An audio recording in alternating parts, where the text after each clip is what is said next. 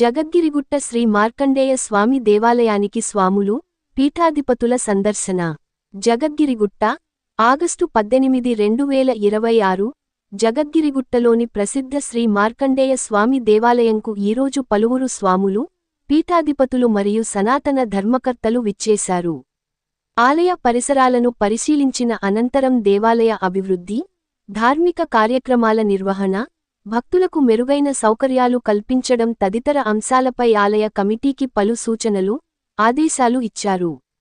సనాతన ధర్మ ప్రచారం, నిత్య పూజలు, ఉత్సవాలను భక్తిశ్రద్ధలతో నిర్వహించాలని వారు సూచించారు. ఈ సందర్భంగా ఆలయ కమిటీ సభ్యులు స్వాముల ఆశీర్వాదం తీసుకున్నారు. ఆలయ కమిటీ సభ్యులు: చైర్మన్ మునిపల్లి జనార్దన్ గారు, వైస్ చైర్మన్ మాదాసు అనంతరాములు గారు, అధ్యక్షులు గూడూరు లక్ష్మీనరసింహులు గారు, క్యాషియర్ తోటరాములు గారు, పద్మశాలి సంఘం అధ్యక్షులు మాయకోటి ప్రభాకర్ గారు, క్యాషియర్ బోడరాజు గారు, సెక్రటరీ తోట మల్లయ్య గారు. ఈ కార్యక్రమంలో పెద్ద సంఖ్యలో భక్తులు పాల్గొన్నారు. ఇట్లు ఆలయ కమిటీ, శ్రీ మార్కండేయ స్వామి దేవాలయం, జగద్గిరిగుట్ట.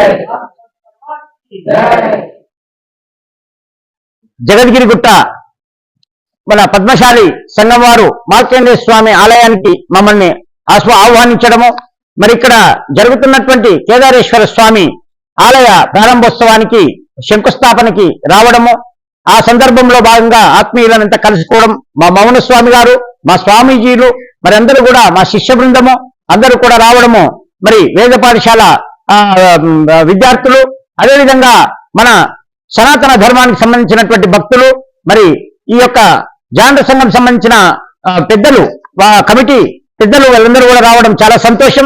అయ్యా, మన ధర్మం చాలా గొప్పది, మన ధర్మం ఇప్పుడు జనరేషన్కి తెలియక వాళ్ళు పాపం తల్లిదండ్రులు చెప్పక ఆచరించలేక చాలా నష్టపోతున్నారు. వారికి మన ధర్మం గురించి తెలియపరుద్దాము. మనము దయచేసి సిద్ధముందు స్వామి అన్నట్లు చండీ హోమం అంతా వినాభావ సంబంధం ఉందో స్వామి చెప్పారు. దయచేసి మనం చండీ హోమాన్ని నిర్వర్తించుకుందాము. ఇంత పెద్ద సమాజం ఉంది, 5,000 పైగా ఇక్కడ జనాభా ఉందట. మరి అటువంటి జనాభాలో కనీసం 500 మంది వచ్చి, మరి 500 మంది వచ్చి మనము ఈ యొక్క మన చండీ హోమంలో పాల్గొనే ప్రయత్నం చేయండి. అదేవిధంగా పక్కన మరి మనకు ఈ యొక్క మళ్ళీ కొత్త ఖాళీ స్థలాన్ని సద్వినియోగం చేద్దాము. అక్కడ అదేవిధంగా నవగ్రహాలను కూడా స్థాపిద్దామని వారి తపన ఉంది. చాలా సంతోషం. మరి వారు అభివృద్ధి చేయడానికి ముందుకొచ్చారు. స్వామి కూడా అన్నప్రసాదం ఇక్కడ దయచేసి చేసుకునేటట్లా మీరు వస్తారా లేదా నేనే చేయని అంటున్నాడు. చాలా సంతోషం. మరి వారికి మనం అందరం ధన్యవాదాలు తెలియజేస్తూ, మన సంఘం సంఘటితం కావాలి, మన సమాజం సంఘటితం కావాలి.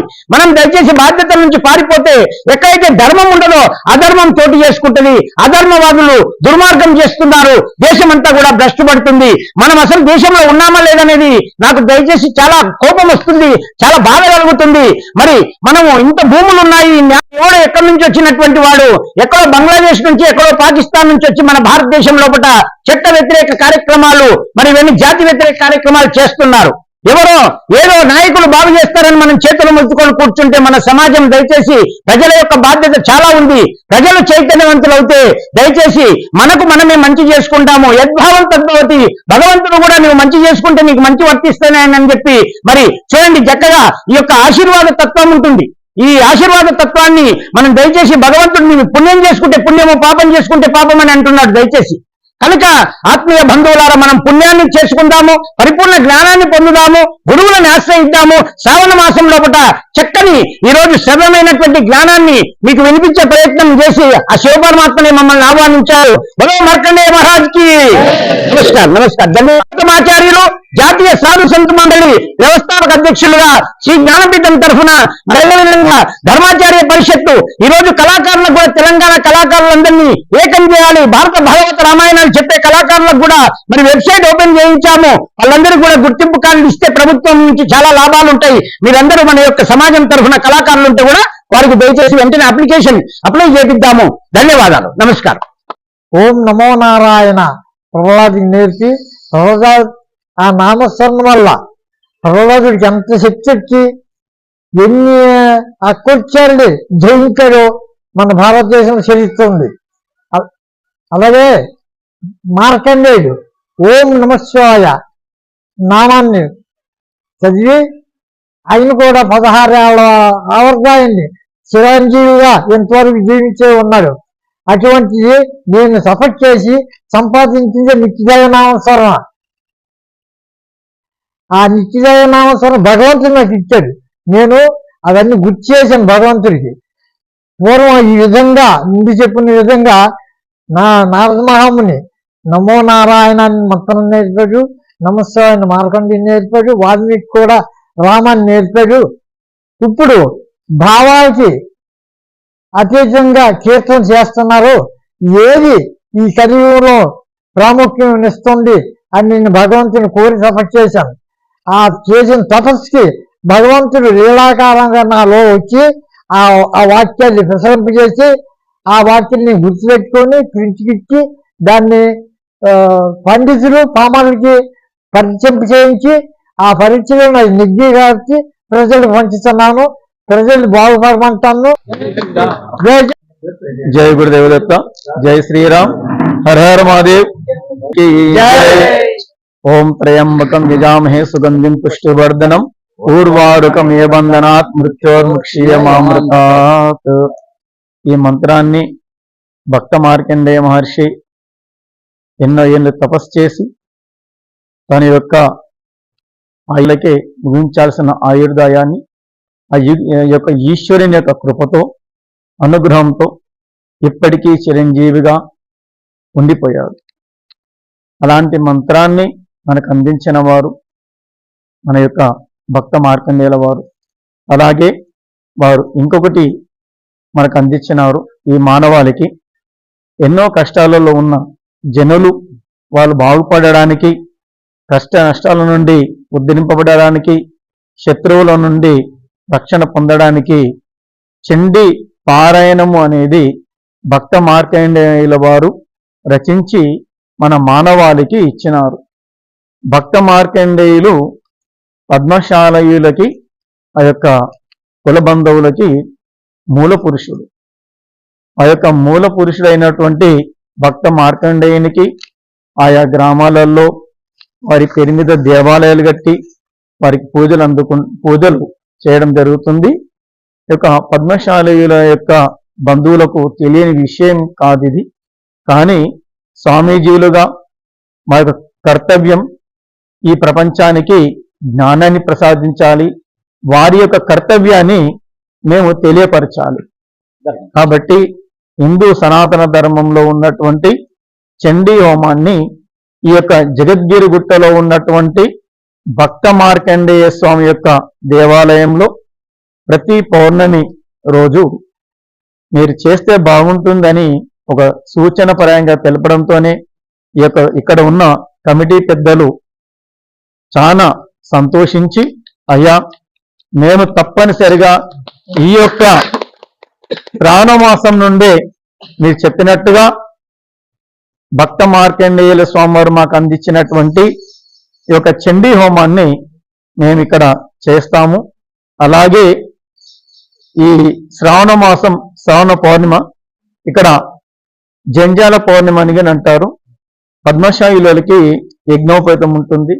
ఇక్కడ భారీ ఎత్తున ఆ ఏర్పాట్లు కూడా చేసి సామూహికంగా యజ్ఞోపవీతాన్ని శాస్త్రీయంగా వారికి మరి నూతన యజ్ఞోపతం ధారణ చేయడానికి వాళ్ళు తెలిపి ఉన్నారు. మీరందరూ కూడా ఈ యొక్క దేవాలయానికి రావాలి. జగద్గిరిగుట్టలో ఉన్నటువంటి భక్త మార్కండేయ స్వాముల వారి గుడికి రండి.